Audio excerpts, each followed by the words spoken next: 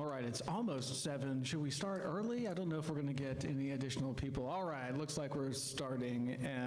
My name is Michael Pope. I'm the president of the Historical Society. It is a pleasure to welcome everybody here with our friends Seneca and Cicero. You know, these guys have been here since the beginning. These specific busts were here back in the 1840s on either side of the speaker's rostrum up here. So these busts have seen all the discussions that have happened here over the years, including when they used to read the bumps on people's head, phrenology, to like give a fortune teller reading right here in this room, along with people like John Quincy Adams and Pam Cressy spoke here a couple times. And it's really an honor. She's not even here for her shout out, all right. So it's an honor to welcome everybody here. I want to give some commercials for upcoming events for the Historical Society you do not want to miss, including a great event we're going to have here next month in November.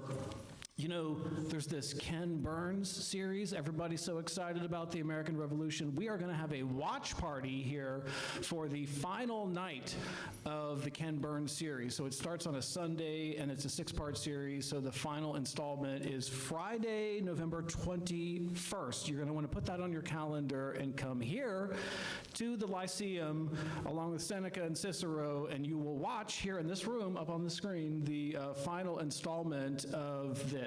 In addition to that, we're going to have a panel discussion with some historians and take questions from the audience. You do not want to miss our semi-quincentennial discussion. I practiced that. Did I get it right? Semi-quincentennial. All right. That's actually going to include a bunch of cool people, including our own Scott Viereck, who I'm going to introduce to do this panel a little bit later. Fern Barrow from WETA is going to be a special guest. Ted Pulliam, one of our local historians here, the leading historian in Alexandria, and Jim Ambuske, who has a podcast about the American Revolution called Worlds Turned Upside Down. So you do not want to miss this event, November 21st, 6:30 reception, 7 o'clock discussion, 8 o'clock viewing of WETA. So put that on your calendar. I also want to give a little shout out to our upcoming events next year in 2026. We got a lot of great stuff. Amanda Roper is going to talk about women in preservation. Peter Henriquez is going to give the keynote at our annual History Awards. Karen Stone is going to talk about her book, Shipwreck on the Potomac, Disaster in Pursuit of Lincoln's Killer, about the April 1865 collision between the Mississippi and the Black Diamond. You do not want to miss that in May. And then in June, Richard Bell is going to be speaking about his book, The American Revolution and the Fate of the World. So yet another semi-quincentennial celebration. All right, I think I got that. All right, with that, I'm going to introduce my friend, your host for the evening, Scott Viereck.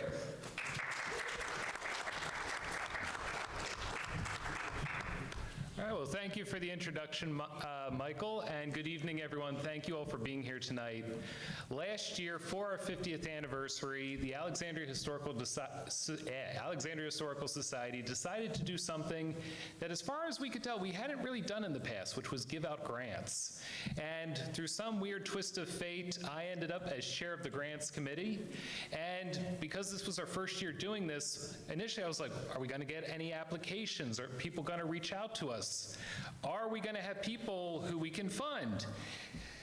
I should have realized we were going to have the opposite problem. We were going to get so many great applications that it was quite the challenge for the grants committee to figure out who was going to get what funding.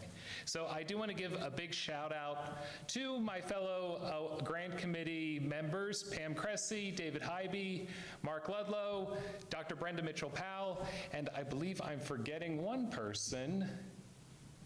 It's going to come back to me. But anyway, Audrey Davis, thank you. So we had some really great winners. I think we ended up making the right choice.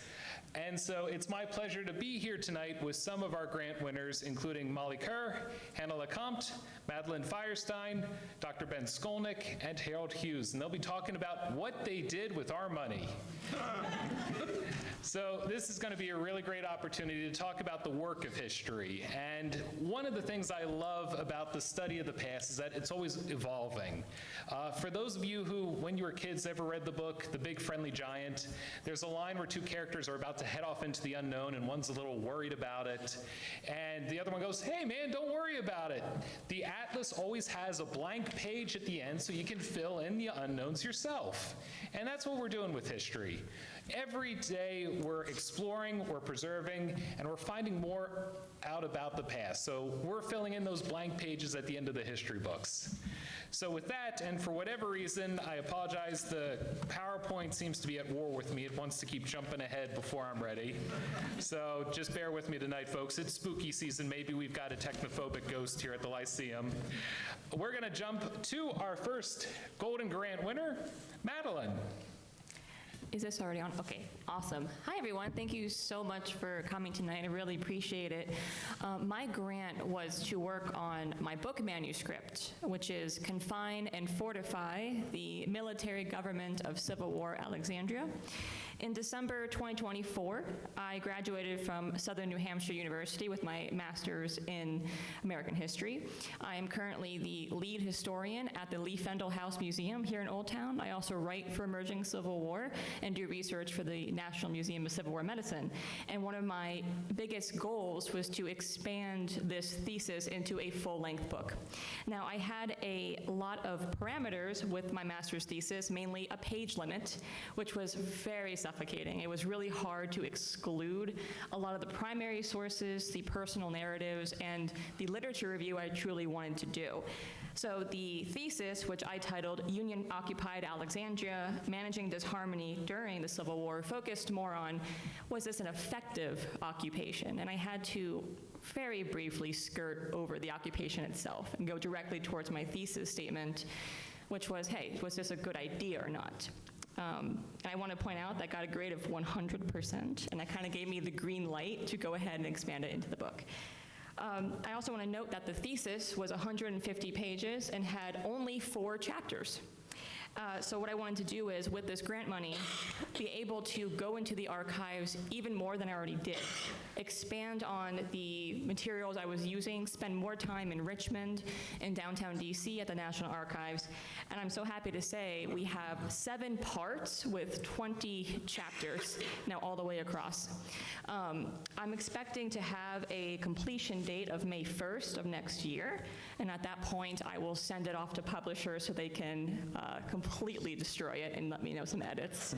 But I want to let you know kind of what these parts are, because again, I expanded from only 4 chapters to now having 7 parts and 20, so that you can get the full scope of this expansion and then how much archives I've been able to go through now. So part 1 is entitled Invasion, and it covers secessionism here in Alexandria and then what prompted the occupation. Part 2, Fortify, will talk about the initial government makeup and the establishment of 25 forts, essentially making this a military base. Part 3, Regulate, will discuss the crime rates, the amount of contraband folks coming into the town and kind of what that meant here, and also the laws enacted by our military governors and the reaction to them. Part 4 in prison talks about, of course, prisons, our 5 military prisons here in Alexandria, prisoners of war, and just reaction to the crime rate and more about the laws. Part 5, Confine, which talks about the 30 hospitals here and medical care for the contraband community. Part 6, Restore, soldier burial and the restored government of Virginia. And finally, Part 7, Reclaim, which talks about the Southern Claims Commission, Alexandrians coming back to their hometown, and a note on the lost cause in Alexandria. So thank you very much. Thank you. We're all very much looking forward to when the book comes out. And I imagine we'll be having you back when the book comes out for a more in-depth presentation about the insights about Civil War Alexandria, which again, that's a topic that there's already a lot of information out there, but we're still finding more and more out about this pivotal time in Alexandria history each and every day. So with that, I'd like to go to our next panelist, who's going to be talking to us about their research and how they're presenting it in the digital world. So Hannah, whenever you're ready. Sure. Hi, Hi, my name is Hannah Lecomte. I am the project lead for Out and About in Old Town, which actually turned into Out and About in Northern Virginia by the end of the grant cycle. I'm a PhD student in the history department at George Mason University. I come from a background in public history. I have a degree in history from the University of Oklahoma and then a public history degree from Duquesne University.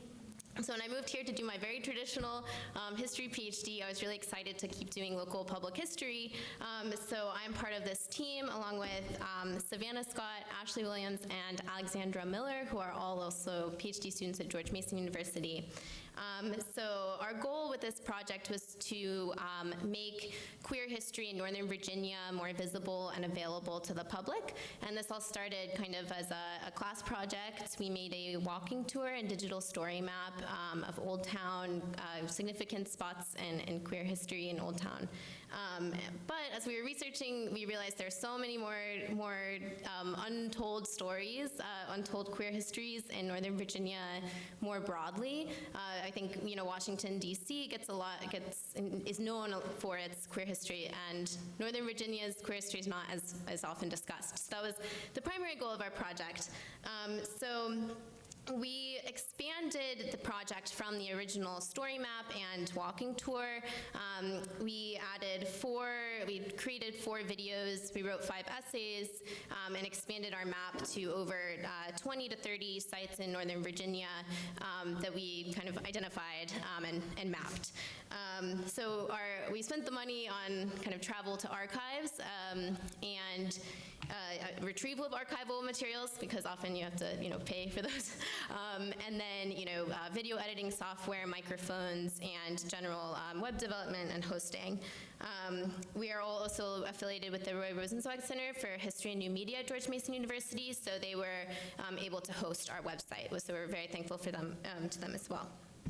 So I just wanted to preview our website because that's the most visually interesting thing that I could think of other than slides. So we can start with the map, if you don't mind going to the map. So it began as, again, the story map, but we've expanded it to this map as you see here. So each spot has a kind of like a text blurb and then a photo of the site itself or of the primary source where we found the information about the site. So you can kind of click around and explore kind of wherever what leads you. The biggest spot to us was the French Quarter Cafe or what was the French Quarter Cafe in Old Town on King Street, which was instrumental in overturning a law in 1991 that barred gay people in Virginia from drinking alcohol. So it essentially legalized gay bars, but also legalized gay people and to be able to drink alcohol in the state of Virginia. So that was a significant site. That was like what kind of our whole project was based on. But we have also sites, significant sites for the Alexandria Gay and Lesbian Community Association and the National Gay and Lesbian Task Force met in Alexandria as well. So those are just a few of the other sites, but there's plenty to look at there. And then if you can go back to videos. I just wanted to play like 30 seconds of this video on the French Quarter Cafe to get a feel of the videos.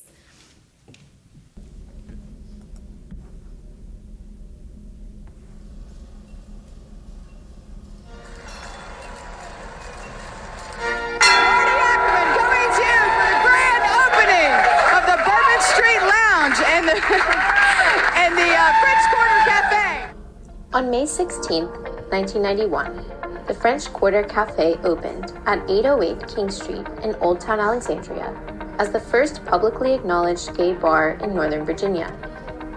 Founded by Murray Greenberg, it became a popular destination for queer Virginians and Washingtonians, serving dinner and drinks until 2 a.m. and holding art showcases, trivia, and live music events.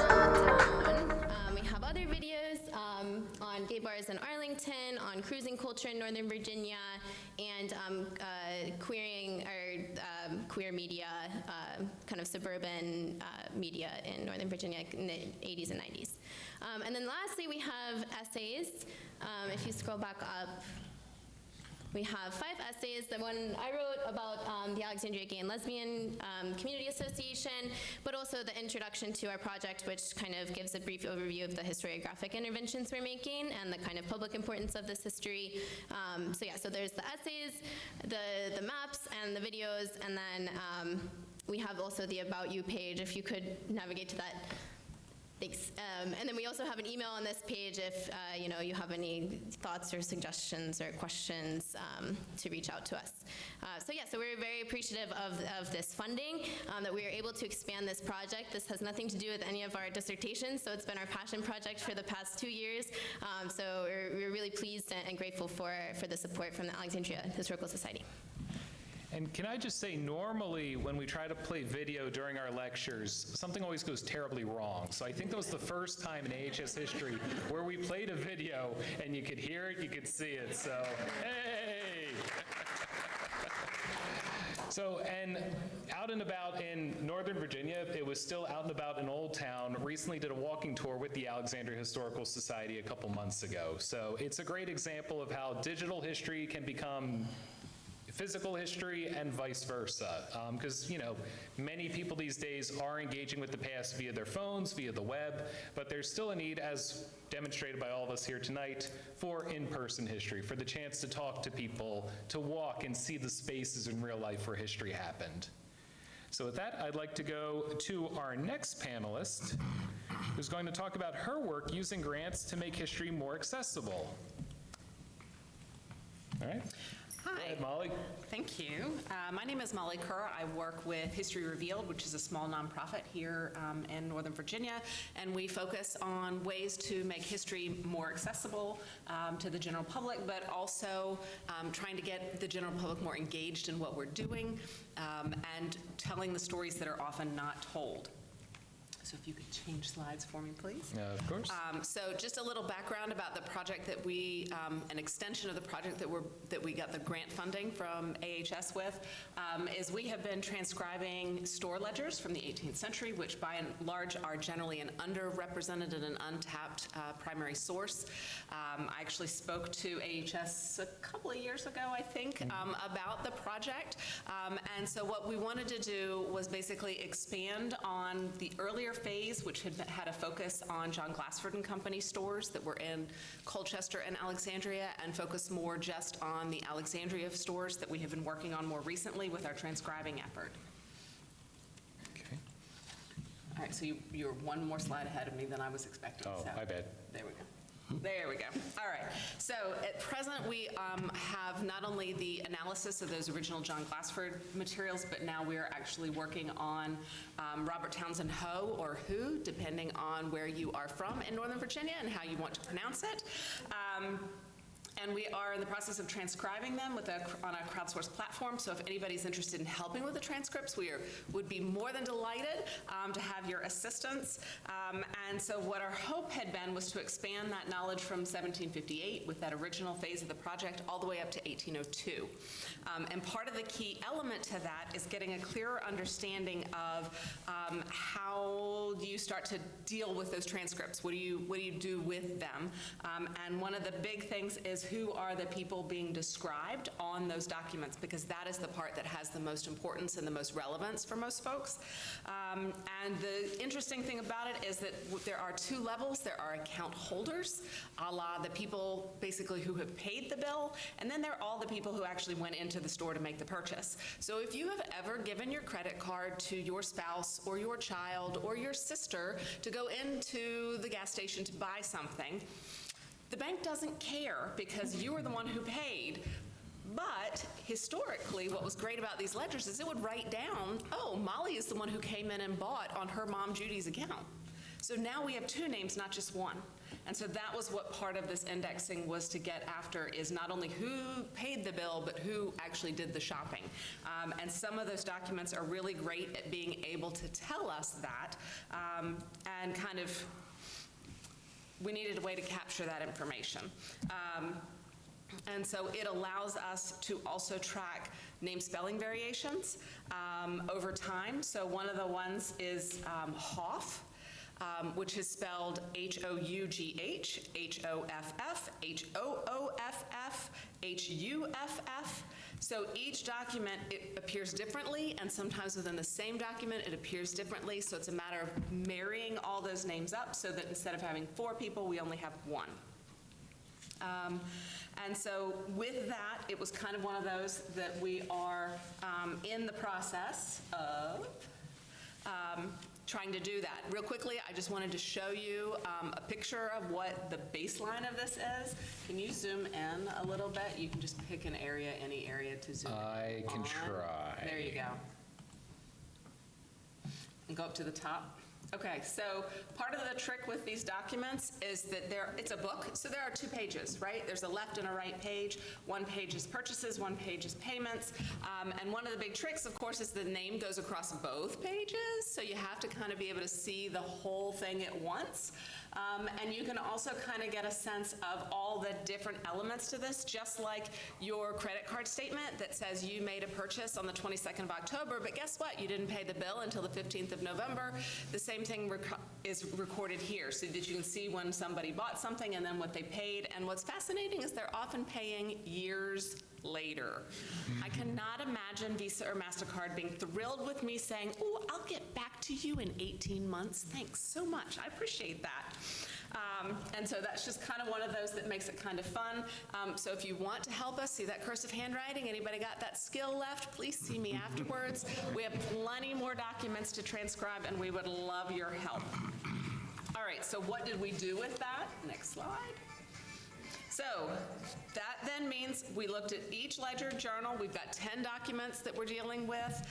We did 8 for this indexing project. 8 of those, we streamlined the spelling variations. We identified the page or the folio that they can be found on. We identified whether or not it was a person, a place, an organization, or a store account so that we can kind of filter out and get a sense of what's going on. There are ships, as you saw just before, Ship General Washington. There are buildings. There are organizations like the Colony or the State of Virginia, the Continental State Lottery kind of thing, as well as overhead accounts, the horses account, the wheat account, the iron account. So we've got all of this kind of individualized information about the stores themselves as well. And then we also wanted to take a look at things like gender so that we can pull out who were all the women who were shopping.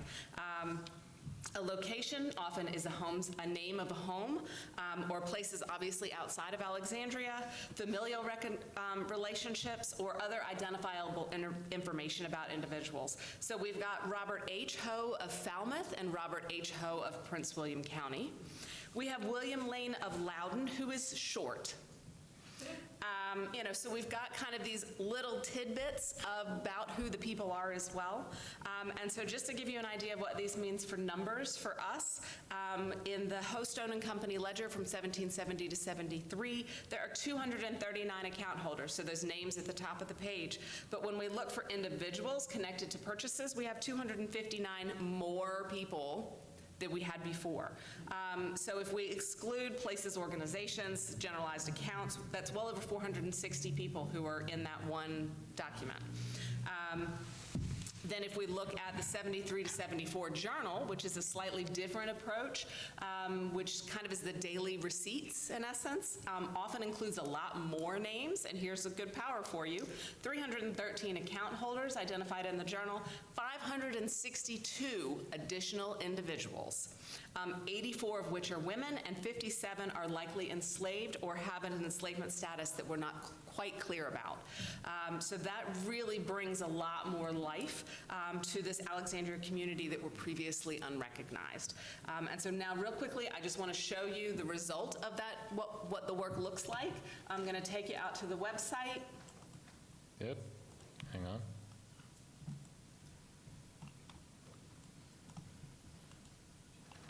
All right, we're going to have to do this the old-fashioned way. Okay.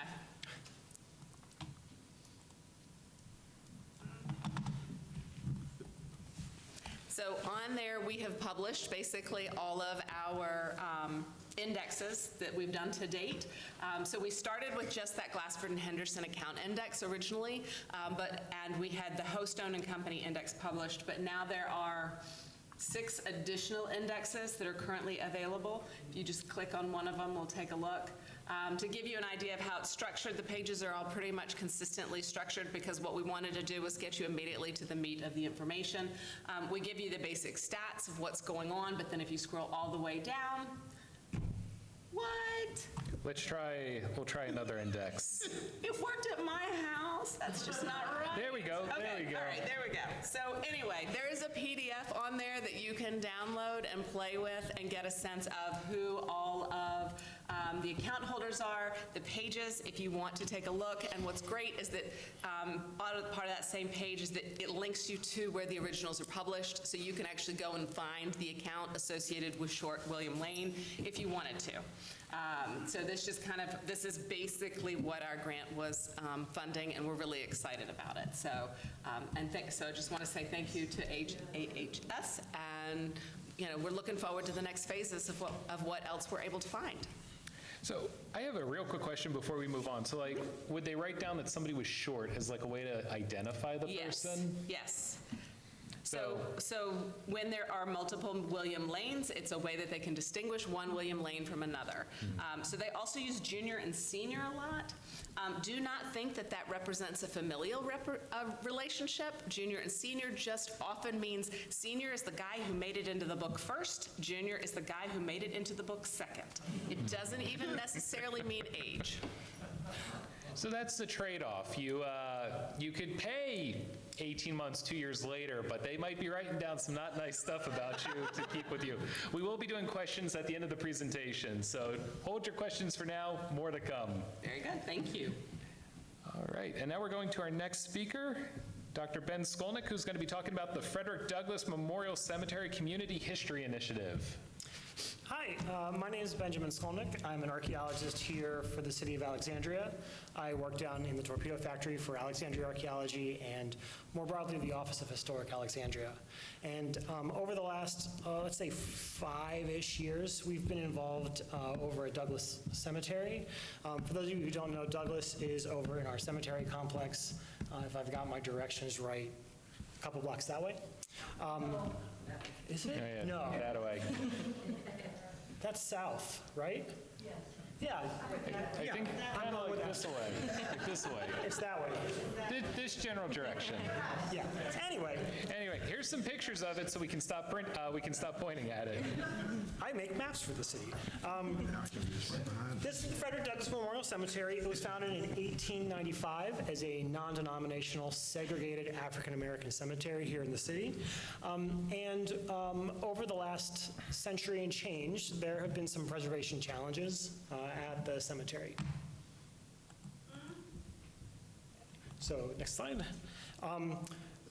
One of the challenges is sort of a loss of active maintenance of the cemetery. Ever since, let's say, the 1980s, the city has stepped in and done the bare minimum to mow the grass at the cemetery, which leads to all kinds of other problems. Next.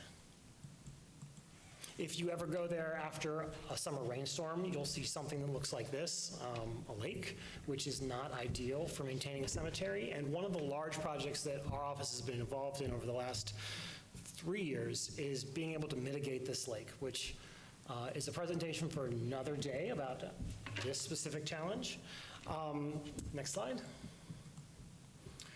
And anybody who's ever done genealogical research in the city has probably come across Wesley Pippinger's 5 volumes, Tombstone Inscriptions of Alexandria. When you flip inside, they're full of all kinds of helpful, useful information about the inscriptions on the standing headstones, which is great if you're doing a genealogical project if you have a standing headstone. At a cemetery like Douglass, Pippinger records something like 650 standing headstones. We also have the following document. Next slide. Okay. Which is the copy of the Douglass interment records. And inside of here, there's something on the order of 2,200 people buried at Douglass Cemetery. So 2,200 names named in this book versus the 650 or so standing headstones means that for many of the people buried at Douglass, all we have is a name. We don't have birth date, we don't have death date, we don't have any inscription to go with it. And so one of the problems that we wanted to tackle with our grant is to figure out who all these people are. Next slide. You can actually skip one, yes. So we went out and found ourselves a fantastic intern. This is Tamia McDonald. She is a PhD candidate in the Department of History at Howard University. And what she did is she got the crash course in how to do historic research here in Alexandria. We got her set up at the Special Collections. We came and visited Brian. We went to the courthouse. We showed her the land records office. And then we sat her down with some of the research that we've pulled together over the last couple of years. If you can give me 2 slides. And we had her write biographies of people buried at Douglas who are listed in the interment records. She is pulling information from public vital records, death certificates, census records, the interment record, any kind of newspaper mentions or obituaries, for example. And what she's doing, what she did for us, was be able to pull together portraits of these people who, even though they lived and died, some of them more than 100 years ago, we're starting to remember who these people are. The other piece that she worked on for us while she was here is several entries in the forthcoming, what do they call it, the Friends of Frederick Douglass Memorial Cemetery newsletter. So keep your eyes out for that, where she'll reflect on her time with us. And that's sort of the short of what Tamia worked on for us. Great, thank you. And as part of this effort, it's been very much engaging with community groups, descendants groups, and so you've included that information on the slides as well. Some of those community groups and descendants groups are in this room with us as well tonight. And then, last but certainly not least, I'm going to turn things over to the gentleman just to my right, Mr. Harold Hughes. Good evening. My name is Harold Hughes. I'm the exalted ruler of Alexandria Lodge number 48. I was tasked with the job of archiving all the records of the lodge from 1903 till today. I didn't know what I was doing when I got started. I didn't have a PhD. So what I did, we sought help from individuals throughout the city. I counted on help from Howard University, Bowie, and UDC, and I waited, and I waited, and I waited. Nobody showed up. So now we were stuck with the job of trying to get it done. And and hold on, let me start over. The biggest problem with this job was that it's a fraternal organization, and we have secrets within it that cannot be let out.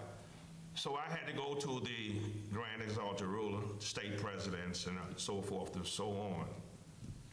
And on top of that, the lodge has a temple, which have their own records, and the brothers can't see their records, and they're not supposed to be seeing our records. So we brought their daughters in, the Israel Temple, 138, where Ms. Doris and Elise Pope are members of, and they got theirs done. I think y'all started in 1925, correct? Yeah, so they from 1925 on up, but women versus men. Women keep their meticulously. Men don't. We just throw ours in a drawer and let it go. That was one of the problems the brothers had. That we had records, and we had to separate the historical records from the financial records and the communications. And we are talking about from 1903 all the way up to 2025. What we found out, and most of them, was that we didn't necessarily keep them in good condition. Most of them were, the ones that were not, yeah, thank you. This is what we found in the majority of it. So we had to go through these boxes and take out these individual pieces of paper. And some of them go all the way back to 1903, so they were in fragile condition. So this particular box is all 1959. So you had to go through every piece of paper one at a time to determine whether it was historical, financial, secretive, or trash. Next one. This is the oldest one here. This is back to 1904 through 17 on this particular table here. Next one. Okay, this is some of the pictures that we had, and as you can see, they were in a place where the ceiling fell in, and they got damaged. So, and we had to deal with that. This one right here in the corner beside the red piece of paper is one of the original charters. That's when we found out that indeed the lodge didn't start in 1904, it started in 1903. So we had to change the history of the lodge and move it from 1903, December 3rd, 1903, instead of December 3rd, 1904. Next one. This is Mr. Miller over there. He's dealing with the minutes. I believe that book he has in his hand now is 1917. And the writing back then is better than what we do today. Next one. This right here threw me for a loop. This is the money that was paid to the troops.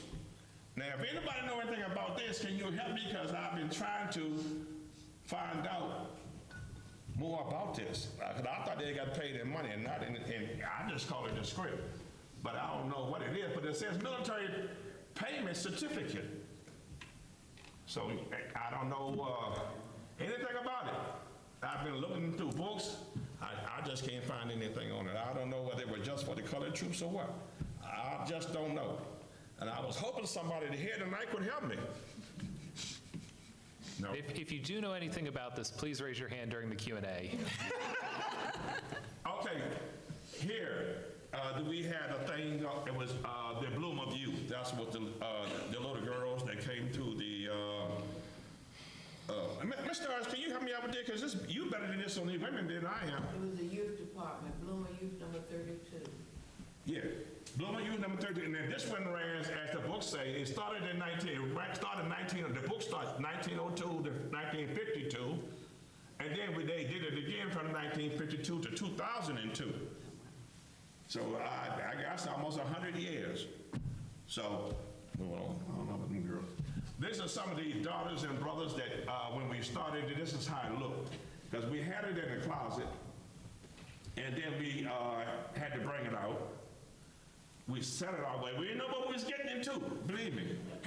And when you go through things that you know nothing about, and you got to break it down, put it over here, put it over here, and then what you can't do, you can't have a bunch of people up there at one time, because what you end up doing, you end up putting things in circles. Okay. Okay. This is some of this more of the records and more of the people. That welcome bell has significance to us. So I can't go into that, but we found that also. This is how now what you just saw was the brother's side of the paperwork. This is the daughter's side. You can see they, and much more orderly manner than ours were. I think they started from 1925 and it goes all to 2025. I'm trying to get them, I'm trying to get permission to get the daughters to come on the brother's side to help us out. Because we're not doing too bad. We should be finished sometimes. We'll be finished sometime. I'm not gonna put the word soon on it. That's the last one. And of course, this is the Well, if, I don't even go into that. Okay. No, but I will. Okay. All right, What you saw there was the emblem, and it has significance because a lot of people don't know the history of the Elks. And there are two Elks, especially during segregation. There was the BPOE, which stands for Protective Order of Elks. Benevolent Protective Order of Elks. And then, of course, we have the Improved Benevolent Protective Order of Elks of the World. Now, the significance in that one is, I'm just give it to you like it is. It's in black and white. Okay, BPOE was the white Elks. IBPOE was the black Elks. But now you can join either one of the Elks. But at one time, they went to court about the Negroes, as we were called back then, were trying to establish an Elks organization. And they went to court, and long story short, what came out of it was they had to change the BPOE to IBPOE of W, as it stands today. So, that's just me doing the same thing I'm doing right now, giving a speech about archiving the history of the Elks. I think we might be the first lodge that's even trying to archive the history.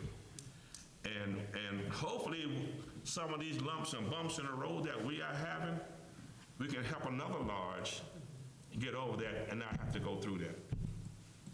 Okay, and I think there's two more photos if you want to talk about them. This one right here is one of the things that the Elks is most proud of is the oratorical contest. They've had people, well, that young lady right there went all the way to the nationals. But where they at? We had, that's the dancing. I had this all in order. I done left my own self out. But on the oratorical part of it, we had a lot of well-known people to go through it. So, without even going through all this, I don't have time. I'm through. Okay, sounds good. All right, so I have some questions, but I know many of you in the audience have questions as well, so I'm going to turn it over to the audience. If you have a question, please raise your hand. I'll call on you and speak loudly and clearly. Go ahead, Darnella. Mine is for the Elks. To you, how has the grant really helped you help the organization to the inspiration to, get into your archives? And I'm going to repeat all the questions so that we are filming this, so I'm going to repeat it so that the question is recorded. So how has the grant helped the Elks organization? It has, well, that grant came in handy because, as you know, when you're dealing with years and years of it, like we started in 1903, no one has been telling this story. If we don't organize it and preserve it, no one will ever know about it. And let me say this, which is very important. Myself and Brother Miller, we started this at the Furniture about 5 years ago. We called down to Richmond, Virginia, after we went through City Hall in Alexandria, and we found out that we were not on landing deeds. There was no record of us. All they knew that it was a building there at 227 North Henry Street. They never knew what was in the building. And that is a primary thing because remember, this is segregated Alexandria that we are talking about. So from 1903, I guess, to 1965, when integration started, all that history was kept in a locker. And no, it wasn't handed out, it wasn't distributed to anybody because I guess they say they was on an island by themselves, and then you have this secretive organization that you can't really talk about. So that didn't help. That's why. Yes? I want to add, one of the main reasons the grant is so important is because of the supplies that you need. Acid-free folders, boxes, these, all the types of racks that you need. We were very lucky because two of the former employees of the Black History Museum explained and went through the whole process with us. Sean Ferguson, who some of you might know is now the new city archivist. He used to be on the Historic Alexandria Resources Commission with me, and he came and talked to us. We've had a lot of help for people who are donating their time, but also to try to help explain about you need this to be able to preserve the documents. One thing to organize it is what they're doing, but it's got to be preserved, and these folders and boxes and racks, they're not free. So thank you so much to the Alexandria Historical Society for the grant for all of that help. Absolutely, and that really speaks to the importance of archivists and the work of archiving records. As Carol mentioned, it's not just about putting it in a folder, it's about making sure it's the right temperature, the right paper, the right type of box for it all. So, if you've ever done historical research, if you've ever read a history book or gone on a history tour, thank an archivist because they had a huge role in making that happen. Yes? Yeah. Thank you all for presenting. Regarding military payment certificates, I have worked with them a little bit. I collect coins and paper money. So I don't know much about them, but they were mostly used for paying American soldiers from roughly the end of World War II through some point in the Vietnam War. And it was, I think, a way to prevent American soldiers from messing up the local currencies by flooding regions with strong American dollars compared to weak local money. Those particular ones you showed, I don't know where they were issued or which years, but there are resources online. They're fairly well understood, so there should be some material online, but that's generally their role overall. Thank you. Yeah. Excellent, thank you. And I also have a question. Yes, absolutely. For the out and about queer academic in Northern Virginia, I was wondering if there are any sites that you weren't able to include in your map, but wished you'd had time for. So the question was, were there any sites for out and about in Northern Virginia that were not able to be included in this round, but the team would have liked to have included? So I think we added to the map like pretty much what we found in our research, but I would have liked to expand on the kind of analysis and interpretation of each of the sites if we had had a little bit, more time and bandwidth. So a lot of the kind of textual analysis that accompanies each site, some of the sites are a little bit slimmer than others on what information we have about them. So like, for example, there's this one, what we think was a massage parlor and like kind of a cruising site on King Street. And we have like 2 ads about it from the Washington Blade, and we can't find any other information about it. So it's like we it was like from 1976 to 1978. So we're like, okay, what happened in 1977? We can't find it, And so there's kind of sites like that where we have just such like really skim kind of primary sources on that we weren't able to elaborate on significance or even like temporally when it was relevant. So that's what I would kind of say about that. Yeah, thanks. Yes. I belong to the International Order of Oddfellows, and it's sort of like a replacement for the Masons that they weren't allowed to join. But they were established here in Alexandria around 1830. And I was wondering if you've come across any history, because we ourselves from the Alexandria chapter have about 200 years of documentation from our lodge. We'd like to know what the city of Alexandria has. Yeah, no, that's a great question about what records the panelists found about relating to the Oddfellows. And Harold, it looks like you've got something to say about that? Yes, strange you should ask that question. I have in the history of Alexandria Lodge, the lodge first met in a 2-story brick building on the corner of North Fayette and Cameron Streets. as the membership grew, meetings moved to the Odd Fellows Hall. And soon, the need for a permanent home became clear. Yes, we started with you all at the Odd Fellows Hall. Yes. Your actual lodge? Yes, my lodge. Well, that's so funny because today we meet at the Elks Lodge on Richmond Highway. Yes. It's funny, the course of history and how these stories weave together and weave apart and then weave back together in just very unexpected ways. Yes? I have two quick questions. One, about the receipts and the laws that you have. Were you also trying to identify the types of purchases, and were you able to see any type of trends and things like that? So the question is, among the receipts, were you able to identify any types of trends in terms of purchases and how things might have changed over time? Okay, so yes, because the project itself was actually started by archaeologists with the idea of what was being bought. So the names were cool, but what we really wanted was the material culture that was in there.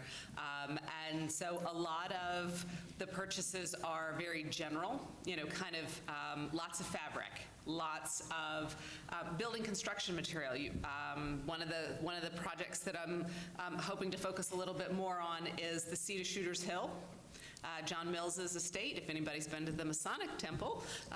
The Masonic Lodge is built on top of Shooter's Hill, which was constructed by John Mills in the 18th century. The archaeologists have been trying to find the house for years and years. The ledger actually details the construction of the house. Who did it, what materials were brought to the site, when they were brought to the site, how much was brought to the site, and describes several buildings that were constructed on the site. So there's a lot of information that goes into not just the names and the places, but also what was purchased over time. From little things like thermometers or books, to fabrics, to lots of alcohol. Lots of alcohol. We have only done an index of objects purchased with one of the books so far, and that was actually from the 1760 Glassford materials, in which we have something like 1,500 uniquely described items that were purchased over that year. And when I say 1,500 items, when rum shows up 20 times on the page, we only counted it once. So, I don't even know what the exponential growth of the number of items that could have been purchased was, but I think at one point I roughly guesstimated about 50,000 things were purchased in 1 year from the store. So, and this is kind of your corner store. This is your corner 5 and dime. This is not, this is not your high-end Macy's, and it's not your 7-Eleven. It's somewhere kind of in between is what these stores were, where you could go in and buy pretty much anything you wanted. And I have to cheat and ask one more. Go for it. Material. How many bios was the intern able to find, and do you feel like you had more help, that you could unearth a lot more? I think our goal was to have her do 100 of these. I don't think she quite got to 100, but we're chugging along a little bit at a time as we can get interns in. So the question was, how many bios were created as part of this project? Yes? For Hannah and out and about, when you list the Alexandria Courthouse as an important site? Is the Alexandria Courthouse listed as one of the sites in Out and About? The courthouse is not, though we did spend a lot of time in the basement researching the law library, but City Hall is for the human rights ordinance, but not the courthouse. Do you have a? Well, my wife's cousin through marriage, James Lowe, he was the foremost criminal defense lawyer for the gay community in the 80s and the 90s, and he was sort of in the forefront of decriminalizing homosexuality, and it all went down. Yeah, great, thank you. Yes? Yes, my name is Madeline. Being on the social responsibility group and the descendant of Douglas Cemetery, I feel like we were all on this journey together at the beginning. And I know you have resources from the city and from the state, but what made it so special about getting this grant from the Alexandria Historical Society? So yeah, so the question was, and I feel so weird repeating it, but again, it's for everybody watching on YouTube. Thank you. What was the value of the grantee, or how did the grant fund that? What made the grant special in terms of this project that involves the city, that involves descendant groups, that involves other community groups? How did the grant play a role in that? I think maybe I have a twofold answer. The first is, from my desk in the torpedo factory, there's 1,700 things that we deal with on a daily basis, and something that has the power of pulling together these biographies, but is a long and tedious process sometimes, falls down the list of things, the list of fires you have to put out on a daily basis. So being able to fund somebody to come in helps get stuff like that done. The second is we were able to find a fantastic student of history and sort of give her the crash course in, like, this is how you do local history. And so it was a hands-on learning experience for not me, but for somebody who's going to go on and do, I'm sure, great things doing history work.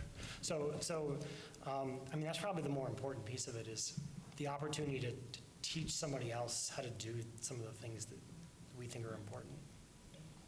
I think we have time for about 2 more questions. Yes? Madeline, your Civil War history. Who do you, writing the book, who do you go to for sort of the peer review process? I mean, is that just up to you and your editor? Yeah, so, oh, sorry. My understanding is that the book's kind of like usually not as heavily scrutinized as if you wrote for a journal. Right. So yeah, so the question is, what does the peer review process look like for your book? So from what I've gathered, it's best that I find an agent who then can forward the manuscript to the right publishers, whether it's a publisher who is specialized in that field or ones that typically publish my genre of work.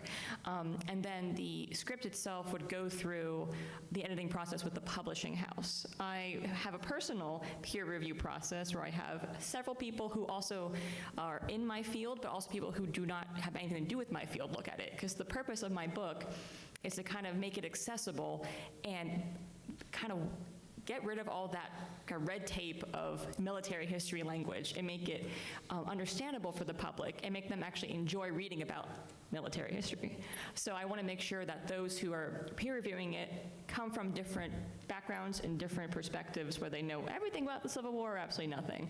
So kind of 2-part answer to your question. The publishing house would be responsible for that peer review, but before I even send it to editors or through an agent, I want to make sure that I have a couple different eyes looking at it. And for 1 more question. Yes, sir. I don't have a question. My name is Ray Sharon. I'm a member of the lodge as well. I walked in a little bit late, so I don't know if it was already said, but I would like to thank Ms. Carol Black for everything that she has done.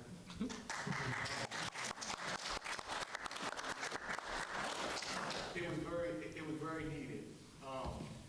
I live by a thing. It goes like this. A person's problem isn't their problem. That problem is the person who has the answer to solve it. It becomes their problem. Because if the person had that answer, they would solve their own problem. And that's exactly what she did. She came in, she helped solve the problem that we couldn't solve, helped get us started, helped to work with us. She donated her time, and she didn't have to. And it really paid out for us to even get us to where we are today. So I just want to say thank you, Ms. Black.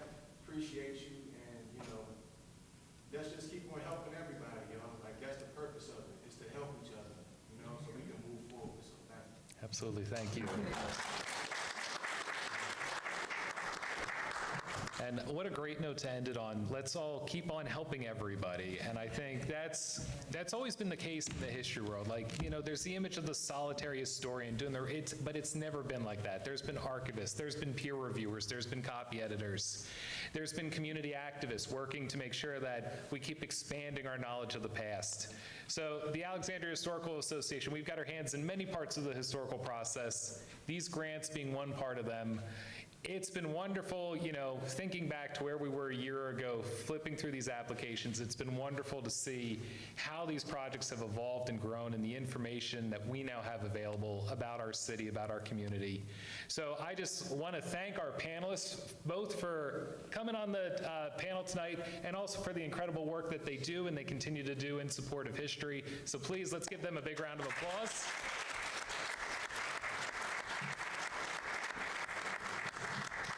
I want to thank you all for coming out tonight, especially if you are a member. Everything that was talked about tonight, that's your membership dollars at work. So thank you for being a member. If you're not a member yet, now's a great time to join. We just finished, closed out a second round of grant applications for this year's grants. So we'll be announcing this year's grant winners probably sometime next month, so keep an eye out for that. Like Michael said at the beginning of the talk today, we've got some more events in the pipeline next year for 2026. And then next month, we hope you'll join us on November 21st for our watch party for the final episode of Ken Burns' The American Revolution. Don't tell us who won. Yeah, spoilers. Also, help yourself to some cookies to take on your way home. Thanks again, everyone. Hope you have a great night.